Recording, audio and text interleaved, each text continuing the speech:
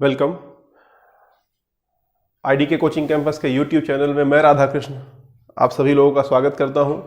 बेहद important topic आज़ादी के बाद भारत की बैंकिंग की स्थिति के बारे में पढ़ने जा रहे हैं।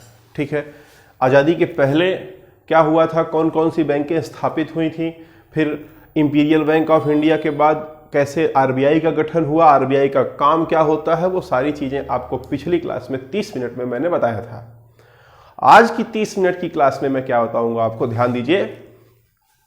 आज मैं बताऊंगा कि आजादी के बाद क्या क्या घटनाएं घटित हुई हैं बैंकों के इतिहास, मतलब बैंक में, उसको हम लोग चलेंगे समझेंगे। ठीक है, ध्यान देंगे मेरी बात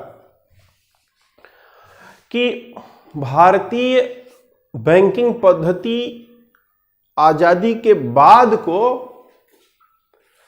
3 चरणों में बांट दिया जाता है, 3 फेजेस में बांटते हैं। ठीक है, कौन कौन से हैं वो 3 फेजेस, ध्यान दीजिएगा, ध्यान देंगे, बात समझेंगे हमारी। बोलता है आजादी से लेकर के सन 1969 ईयर 1969 को फर्स्ट फेज यानी प्रथम चरण कहा गया है। क्लियर। फिर बोलता है कि 1969 के बाद, है ना, 1969 के बाद 1991-92 1991-92 को द्वितीय चरण कहा गया, द्वितीय चरण। और बोलता है 1992 से लेकर के अब तक को तृतीय चरण कहते हैं। क्लियर है, तृतीय चरण कहते हैं। तो आज हम लोग प्रथम चरण और द्वितीय चरण खत्म करेंगे। क्लियर, तृतीय चरण अगली क्लास में हम लोग देखेंगे। ध्यान देंगे मेरी बात। ये जो चरण है आप देख रहे हैं, ये चरण ऐसा आप देखिए ना, क्रिकेट है, उसमें देखिए कभी जो है सुनील गावस्कर का युग था, फिर उसके बाद सचिन तेंदुलकर का युग आया, और अब कौन चल रहा है, विराट कोहली युग चल रहा है ना। तो आप समझिए, एक चढ़ता है, फिर उसका उतार होता है, जब वो खत्म होता है तो फिर दूसरे का उत्थान होता है। तो यहां भी कुछ ऐसा ही हुआ है कि एक बार उत्थान हुआ और फिर इसका धीरे धीरे पतन होने लगा।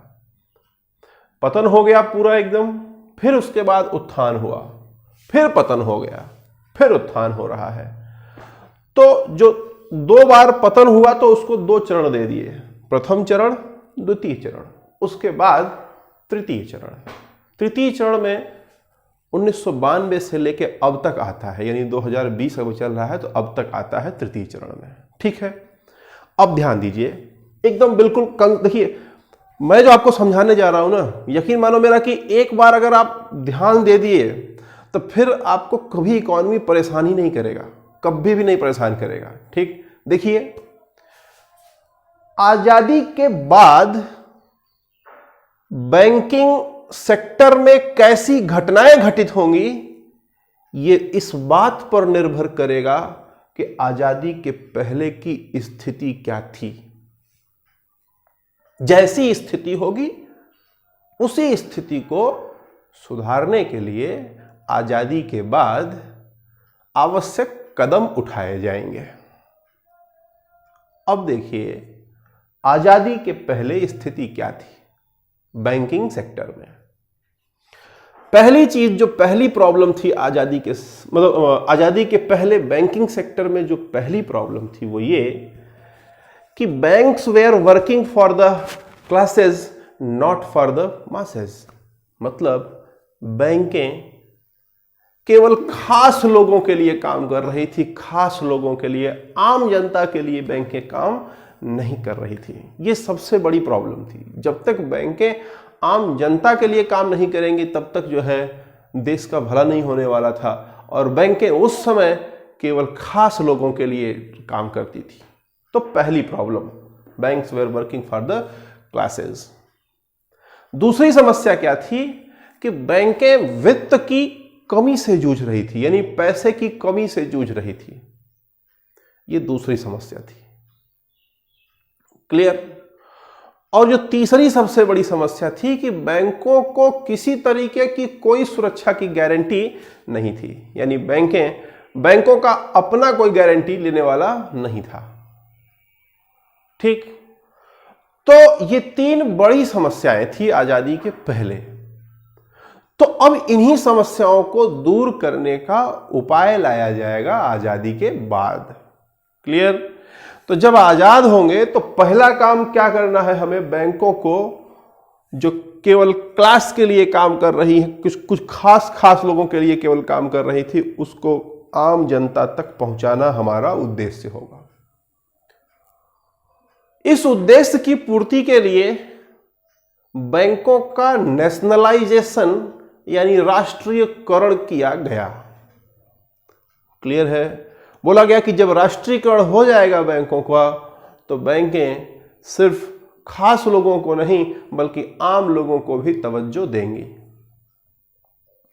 ठीक, तो सबसे पहला जो हुआ, जो आरबीआई जो 1935 में जिसका गठन हुआ था 1 अप्रैल 1935 को, उसका राष्ट्रीयकरण 1948 में किया गया कि बैंकें आम जनता के लिए काम करने लगे। समझ में आ रहा है बात? पहली बात क्लियर हुई। दूसरी बात, बैंकों के पास पूंजी की कमी थी, ये वित्त की कमी थी। अब आप देखिए, हमारे देश में 130 करोड़ की जनसंख्या है। अगर देखा जाए तो हर इंसान के पास 1 रुपया तो होगा ही होगा, और वो 1 रुपया अगर दे देता है किसी को तो किसी तरीके का कोई उसकी सेहत पर फर्क नहीं पड़ने वाला है, जहां तक मुझे लगता है ना।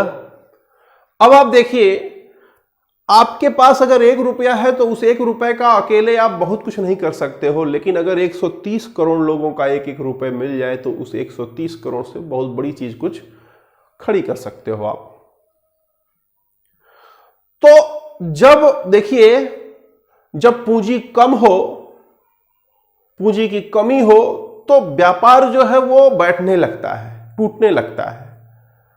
तो बेहतर क्या होता है कि दो के पास पूंजी है, दोनों का व्यापार टूट रहा है, दोनों अगर मिल जाए तो दोनों की पूंजी मिलकर के अधिक हो जाएगी और उसके बाद व्यापार चल निकलेगा। एक ही चलेगा लेकिन दोनों को मुनाफा होगा, बनिस्बत इसके कि दोनों का नुकसान होता रहे। समझ पा रहे हैं बात आप? तो यहां पर आप देखिए कि वित्त की कमी को दूर करने के लिए उपाय क्या अपनाए गए। बोला कि बैंकों का एकीकरण करेंगे, मतलब बैंकों को मिला करके, छोटी छोटी बैंकों को मिला करके एक बैंक, मतलब 3 बैंक 4 बैंक ऐसे मिला करके एक बैंक बनाते रहेंगे। ठीक है, तो बैंकों का एकीकरण करना शुरू कर दिया। हुगली बैंक, यूनियन बैंक, है ना, Comilla bank, Comilla union bank, Comilla bank, Comilla union bank, Hooghly bank, इन सबको मिला करके एक बैंक बनाना शुरू कर दिया। ठीक, उस समय की बैंकें हैं ये। तो बैंकों का एकीकरण हो गया। बैंकों के एकीकरण से वित्त की कमी की समस्या कुछ हद तक टैकल हुई। बैंकों के राष्ट्रीयकरण से बैंकें क्लास से हट करके, मतलब मास की ओर बढ़ गई। ठीक है, आम जनता की ओर भी जो है ये सुविधाएं देने लगी। और देखिए, उसी राष्ट्रीयकरण के क्रम में 1 जुलाई 1955 को जो 1921 में बैंक स्थापित की गई थी, मैंने कल पढ़ाया था आपको, जो 1921 में इंपीरियल बैंक ऑफ इंडिया स्थापित की गई थी, उसको राष्ट्रीयकृत किया गया, नेशनलाइज करके उसका नाम स्टेट बैंक ऑफ इंडिया रख दिया गया। उसके साथ 8 और बैंकों को नेशनलाइज किया गया। उन बैंकों को जो नेशनलाइज किया गया उनका नाम दिया गया स्टेट बैंक एसोसिएट्स, है ना। स्टेट बैंक ऑफ पटियाला आपने सुना होगा। तो स्टेट बैंक, इंपीरियल बैंक को स्टेट बैंक बना दिया और उसके बाद 8 उसकी सब्सिडरी बना दी, सहायक, मतलब जो है एसोसिएट्स बना दिए।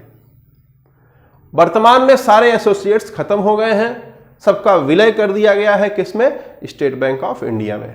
क्लियर? अब आप देखिए, उसके बाद जो बैंकों के सामने सुरक्षा की समस्या थी, इनकी सुरक्षा को बेहतर करने के लिए 1 जनवरी 1962 को जमा बीमा निगम की स्थापना की गई। जमा बीमा निगम की स्थापना की गई जो बैंकों का बीमा करना शुरू कर देती है। यानी बैंक अगर मतलब बीमित है, उसको कोई किसी तरीके का प्रॉब्लम हो रहा है तो उसे जो है वो प्रीमियम दे करके उसको जो है मतलब जो उसका पैसा है उसको दे करके उस तरीके का फायदा उसे पहुंचाएगी अगर बैंक के प्रीमियम भर रही हैं तो। ठीक, तो ये जो है ये काम आजादी के तत्काल बाद 1962 तक में कर लिया गया। यहां तक समझ में आ रहा है आपको। लेकिन उसी समय हमने 2 युद्ध लड़ लिए। एक तो जो है पाकिस्तान से लड़ लिया और एक चाइना से लड़ लिया। अब जब आप युद्ध लड़ते हो तो डेफिनेटली आपका आर्थिक मतलब जो कुछ भी है वो कमजोर होता है। ठीक, आप युद्ध लड़ते हो, 2 युद्ध लड़ते हो और वहां कमजोर होते हो। उसके बाद प्रॉब्लम क्या खड़ी होती है, युद्ध के बाद क्या प्रॉब्लम आती है। 1966 से लेकर के 69 तक में 3 साल, अभी आप कोरोना देख रहे हो ना, ये कोरोना जैसे मतलब महामारी फैली हुई है तो आप समझिए कोरोना का रूप अलग है, लेकिन 1969 से 66 से 69 तक 3 साल बड़ा खतरनाक स्थिति था। क्या खतरनाक था, एक तो सूखा पड़ रहा था, ठीक, और महामारी फैली हुई थी। महामारी मतलब जैसे प्लेग है तो इस तरह का मतलब आता था। अब आप जो है अब अपने मतलब दादाजी से पूछो तो बताएंगे कि उस समय हैया, तावन, पता नहीं क्या क्या नाम जो है मतलब रोगों के हुआ करते थे। आता था रोग और पूरा गांव का गांव साफ, है ना। ये 1-2 लोग क्वारंटाइन करने का स्थिति नहीं था वहां पर, पूरा गांव का गांव साफ। तो इससे क्या होता था कि भारत की जो अर्थव्यवस्था है, जो ये अपने पेस में जो ऐसे बढ़ रही थी, है ना, जो ये ऐसे बढ़ रही थी, आगे जा रही थी, युद्ध लड़ना शुरू किया हमने, धीरे धीरे डिक्लाइन यानी पतन होना शुरू हो गया। ठीक, और कहते हैं ना कि मतलब ताबूत में अंतिम कील ठोकना, है ना, ताबूत में अंतिम कील ठोकने का काम किसने किया, फेमाइन। फेमाइन वर्ड है, फेमाइन मतलब कि सूखे के साथ भुखमरी। मतलब एक तो सूखा है, भुखमरी है और महामारी है, यानी भुखमरी हो और महामारी हो, दोनों अगर स्थिति जो है कंबाइंड हो जाए तो उसे जो है हम लोग फेमाइन कहते हैं। ठीक, तो 1966 से 69 के बीच मतलब ग्रेट फेमाइन, उस समय बहुत तगड़ा खतरनाक मतलब जो है स्थिति थी। लोग मारे भी जा रहे थे, मर भी रहे थे, और स्थिति ये थी कि मतलब जो है आर्थिक स्थिति भी खराब थी, बारिश नहीं हो रही थी, सूखा का स्थिति था। तो यहाँ पर स्थिति खराब होने के कारण जो हमारी बैंकों का जो ग्रोथ हो रहा था वो ग्रोथ धीरे धीरे खत्म आके नील हो गया। जहां से चले थे, जिस पोजीशन में थे, लगभग उसी पोजीशन में आकर के खड़े हो गए। अब आप समझिएगा मेरी बात, जहां से चले थे वहीं आके खड़े हो गए। अब क्या करें, बल्कि और बदतर स्थिति में है। तो एक ही अस्त्र बचा और वो ये बोला कि बैंकों का राष्ट्रीयकरण किया जाए। ध्यान देंगे 19 जुलाई 1969 को, 19 जुलाई 1969 को भारतीय बैंकिंग इतिहास में सबसे बड़ा परिवर्तन, जिसे महापरिवर्तन कह सकते हो आप, ये जो नोटबंदी है ना, उससे भी बड़ा परिवर्तन, महापरिवर्तन जिसे आप कह सकते हो, वो हुआ। 14 बैंकों को राष्ट्रीयकृत कर दिया गया एक साथ। ये जो 14 बैंकों को एक साथ राष्ट्रीयकृत कर दिया गया। जिन 14 बैंकों को राष्ट्रीयकृत किया गया उनकी पूंजी, बोला जिसकी पूंजी 50 करोड़ या उससे ऊपर है, उस टाइम पर 1969 में जिसकी पूंजी 50 करोड़, जिस बैंक की पूंजी 50 करोड़ या उससे ऊपर थी, उन सबको जो है नेशनलाइज कर दिया गया, राष्ट्रीयकृत कर दिया गया। समझ पा रहे हैं बात? चले आगे। आगे ध्यान दीजिए, बोला राष्ट्रीयकृत कर दिया तो फायदा फिर होने लगा, धीरे धीरे धीरे धीरे बैंकें और अपना जो है अपना पेस पकड़ने लगी, धीरे धीरे विकास करने लगी। लेकिन कहते हैं ना कि अति, किसी भी चीज की अति बुरी होती है। किसी भी चीज को, मतलब आप खाना खाते हो ना, खाना जो है मतलब एनर्जी है, ना खाओ तो आदमी मर जाए, लेकिन आप ज्यादा खा के देखो, ज्यादा खाने के बाद भी इंसान मर जाता है ना। तो किसी भी चीज की अति खराब है। तो ये जो नेशनलाइजेशन हो रहा था ना, नेशनलाइजेशन, ये जो राष्ट्रीयकरण हो रहा था ना, बोला कि इसका फायदा हो रहा था, फायदा देखा तो फिर 15 अप्रैल 1980 को फिर से राष्ट्रीयकृत कर दिया। कितनी बैंकों को? 6 बैंकों को। 15 अप्रैल 1980 को 6 बैंकों को फिर से राष्ट्रीयकृत कर दिया। बोला जिन बैंकों की पूंजी 200 करोड़ या उससे अधिक होगी, उन बैंकों को हम राष्ट्रीयकृत कर देंगे। अब उन बैंकों को राष्ट्रीयकृत कर दिया। अब ध्यान दीजिए, जब आप हद कर दोगे किसी चीज का तो उसका आपको वो भी निकलेगा, क्या कहते हैं, जो नेगेटिव पॉइंट आते हैं वो भी निकलेंगे। तो फिर क्या हुआ, जब आपने अतिरेक कर दिया तो फिर जो उसके फायदे थे उसकी तुलना में उसके नुकसान ज्यादा होने लगे। खाना खाने के फायदे हैं, लेकिन जब आप ज्यादा खाओगे तो नुकसान होने लगेगा, फायदे के बजाय नुकसान करने लगेगा आपको। तो यह राष्ट्रीयकरण एक तरह का खाना था जो भारतीय बैंकिंग को जो है आगे ले जा रहा था, लेकिन जब ज्यादा जो है डोज ले लोगे तो नुकसान करेगा। हुआ क्या, ध्यान दीजिएगा। बोला देखिए फायदे क्या क्या हो रहे थे। बोला राष्ट्रीयकरण का सबसे पहला फायदा कि जो बैंक थी वो खास लोगों से हट करके आम लोगों तक आ गई। क्लियर। और बैंकों की ढेर सारी शाखाएं खुली। तो उससे क्या हुआ, अब आप देखिए, पहले के जमाने में जब लोगों के पास जब बैंक नहीं हुआ करती थी और अगर आपके पास पैसा होता तो क्या करते हैं, हमारे दादाजी हैं बताते हैं कि उस समय लोग पैसा कभी जो है भूसे के घर में छुपा के रखते थे, अनाज के घर में छुपा के रखते थे, है या मतलब जो है मटकी में गाड़ के लोग रख देते थे, है ना। और अगर अपने बच्चे को बता पाए और पता लगा कि जो है बता नहीं पाए और गुजर गए तो आपने मूवी देखी होगी तमाम कि उस धन की रक्षा करने के लिए वो इंसान सांप बन करके जो है उसकी रक्षा करता है, और जब उसका कोई वारिस उस धन को पाता है तो सांप हट जाता है, नहीं तो कोई और आता है तो सांप उसको डस लेता है। अब आप सोचो कि जो संपत्ति है उस संपत्ति का यूज क्या है। जो संपत्ति आपके घर में रखी हुई है उसका कोई यूज है, इकोनॉमी में कोई उसका प्रयोग हो रहा है? कोई प्रयोग नहीं हो रहा है। आप अपने भूसा के घर में रख दो, आप अपने अनाज के घर में रख दो, आप जमीन में गाड़ के रख दो, उस पैसे का कोई सदुपयोग नहीं हो रहा है। बस आपको जो है कि हमारे पास पैसा है। क्लियर।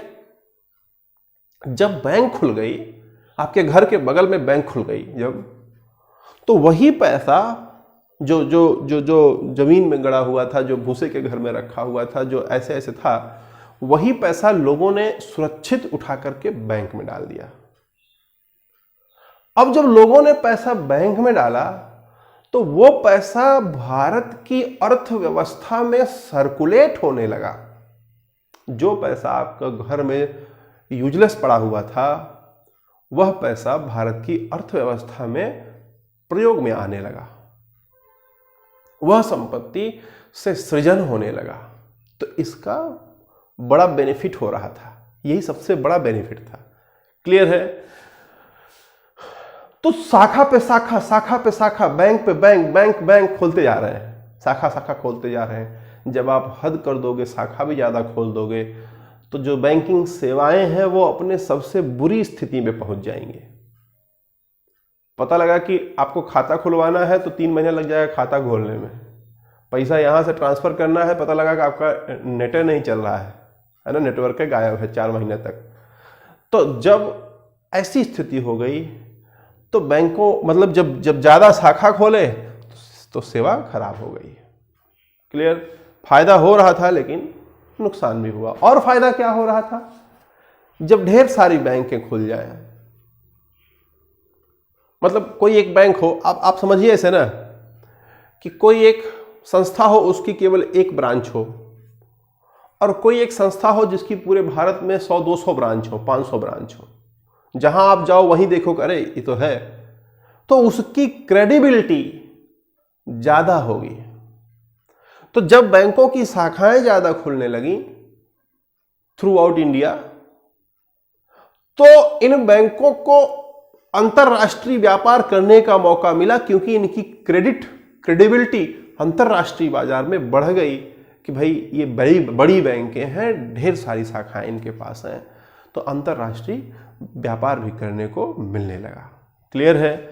और इससे रोजगार का सृजन भी होगा कि भाई अगर शाखा खोलेंगे तो एक ब्रांच मैनेजर तो रखना ही पड़ेगा ना, एक ब्रांच मैनेजर, चाहे एक चपरासी भी रखना पड़ेगा कम से कम।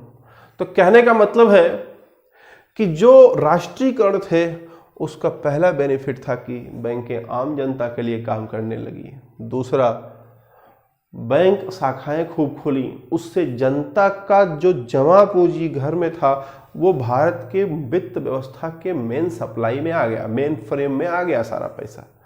क्लियर है?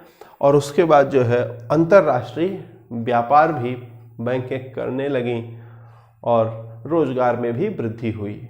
यहां तक तो समझ में आ रहा है आपको। इसके बाद क्या प्रॉब्लम होती है कि आम जनता के लिए ज्यादा करने के चक्कर में, है ना, और नियमों को इतना कठिन बना दिया किसने? ये देखो, आरबीआई ने क्या किया। अगर मान लो ये एसबीआई है, इसके पास मान लो 100 रुपए है, ठीक, मान लो 100 रुपए है, तो बोलता है 100 रुपया में से CRR, SLR और PSL। CRR और SLR वो पैसा है, CRR वह पैसा है जो पैसा बैंक का आरबीआई के पास रखा जाता है, और SLR वह पैसा है जो बैंक अपना पैसा अपने पास रखती है लेकिन इस्तेमाल नहीं कर सकती है। और ये PSL वो उधार है, प्राइमरी सेक्टर लेंडिंग या प्रायोरिटी सेक्टर लेंडिंग आप मान लीजिए, जहां पर आपको लाभ नहीं होता है। 4% के दर पर, 5% के दर पर आपको लोन देना पड़ता है, और लोन जो दिया है आपने वापस पूरा मिलेगा, कोई जिम्मेदारी नहीं, कोई गारंटी नहीं है। ठीक, तो देखिए ये तीनों मिला करके कौन कौन, CRR, SLR और PSL मिला करके, PSL 40% था, CRR SLR जो है 38.5% था, ये भी 23% के आसपास था। तो देखिए ये तीनों मिला करके 92.5% हो जा रहे थे। यानी 100 रुपया में से 40 रुपया तो ऐसे सेक्टर में देना था जहां कोई मुनाफा नहीं हो रहा है, बहुत मार्जिनल मुनाफा है, और बाकी का पैसा जो है मतलब लगभग 52 रुपया, 52.5 रुपया, उसको आपको 100 रुपया में से 52.5 रुपया आपको कुछ अपने पास रखना, कुछ आरबीआई के पास रख देना है, जो भी पैसा आपके पास है। बचा कितना? 7.5 रुपया। 7.5 रुपया से कौन सा बिजनेस करोगे? कितना बिजनेस कर लोगे? और ये केवल 100 पे नहीं है, ये जितना पैसा रहेगा उतने पे, सब पे यही करना था। तो जब अधिक राष्ट्रीयकरण होने लगा तो सारा का सारा बैंकें जब ऐसी स्थिति में आ गई तो उनका पैसा जो पूंजी था वो चोक हो गया, और जब पूंजी चोक हो जाएगा, ब्लॉक हो जाएगा, तो व्यापार कहां होगा? पतन होना शुरू हो गया। सर्विस सेक्टर भी जो है बुरी हालत में चला गया। क्लियर?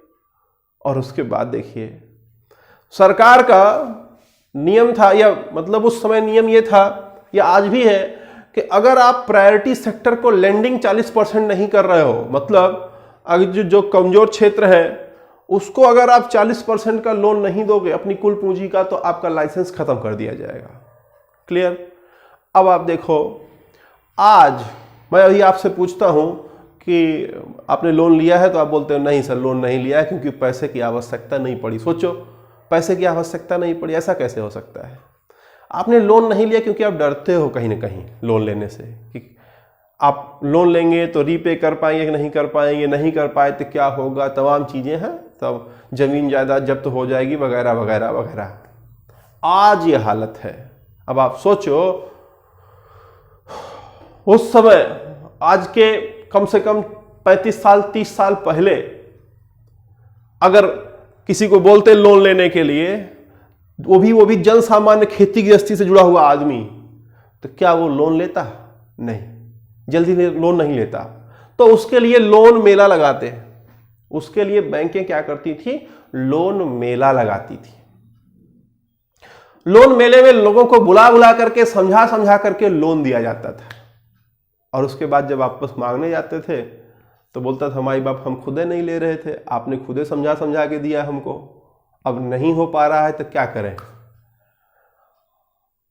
अच्छा, जब नहीं चुका पाता था इंसान, फिर 5 साल बाद जो है इलेक्शन आता था। अब इलेक्शन में जो है इसी आधार पर चुनाव लड़ा जाता था कि हम लोन माफ कर देंगे। क्लियर है? एक तरफ तो लोन दिया है मेला लगा करके, दूसरी तरफ लोन माफ कर दे रही है सरकार आकर के। तो ये जो दोनों चीजें थी, लोन मेला, लोन माफी, साथ में ये CRR, SLR और PSL ने जो पैसा चोक कर दिया था, इन सब के कारण बैंकों का बुरी तरीके से पतन हो गया। और ऐसी स्थिति में भारतीय अर्थव्यवस्था पहुंच गई जैसा इसके पहले कभी नहीं थी। भारतीय अर्थव्यवस्था की उस स्थिति को ध्यान देंगे, यहां 1992 में जो स्थिति हुई थी 1991-92 में, उसको समझेंगे हम लोग अभी कि क्या स्थिति हुई थी। ठीक है? बोलता है कि उस समय जो